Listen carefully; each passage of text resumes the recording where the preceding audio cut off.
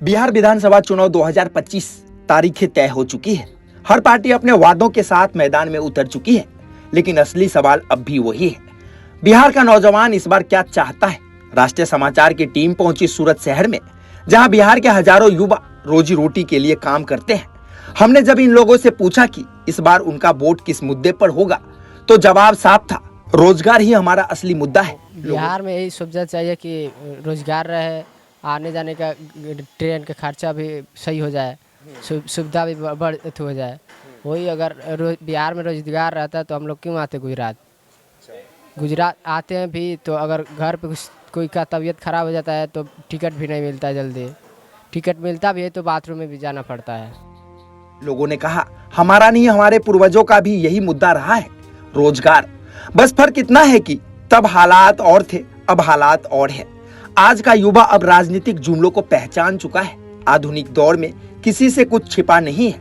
हर कोई जानता है किसने सिर्फ वादा किया और किसने निभाया। लेकिन बातचीत के दौरान एक और कड़वी सच्चाई सामने आई।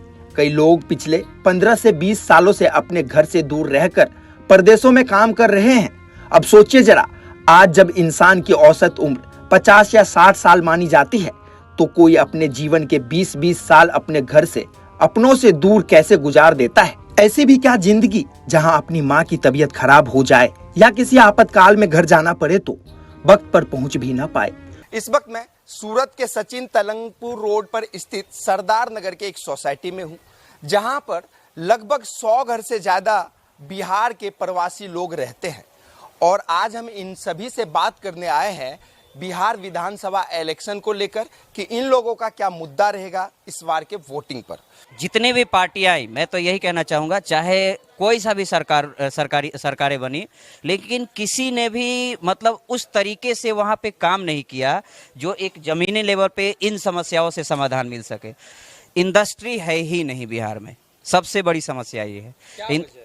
सरकार उस प्रकार से काम नहीं करती है। सरकार का जो एक प्लानिंग होना चाहिए कि हाँ, ये एक राज्य है, इस राज्य की जनसंख्या इतनी है, यहाँ पे अगर हमको रोजगार देना है तो उसके लिए हमें एक इंडस्ट्रीकरण लाना होगा। उस इंडस्ट्रीकरण से प्रत्येक मतलब अगर वो सभी जिलों में इंडस्ट्रीकरण हो तो वहाँ के युवाओं को बाहर जाके और इतने धक्के खा के इतने जिल्लत सहने की जरूरत कहाँ पड़ेगी। इतना अच्छे से प्लानिंग नहीं होता है और ना वहाँ पे किसी प्रकार से रोजगार की व्यवस्था हो पाती है। दूसरा, जातिवाद। उनकी आंखों में एक ही सवाल था, अगर बिहार में रोजगार मिल जाए तो हम घर से 2000 किलोमीटर दूर क्यों आए?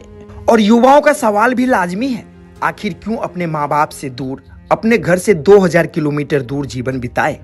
उनके चेहरे पर मेहनत थी, लेकिन आंखों में दर्द और यादों के आंसू। त्योहार में जब दूसरे लोग अपने परिवार के साथ खुशियां मनाते हैं, तो ये युवा सिर्फ मोबाइल स्क्रीन पर अपनों की मुस्कान देखकर अपने दिल के घाव को फिर से ताजा कर लेते हैं। कहीं ना कहीं यह बहुत दुखद और सोचने लायक है। यह सिर्फ एक कहानी नहीं, बल्कि लाखों बिहारियों की सच्चाई है।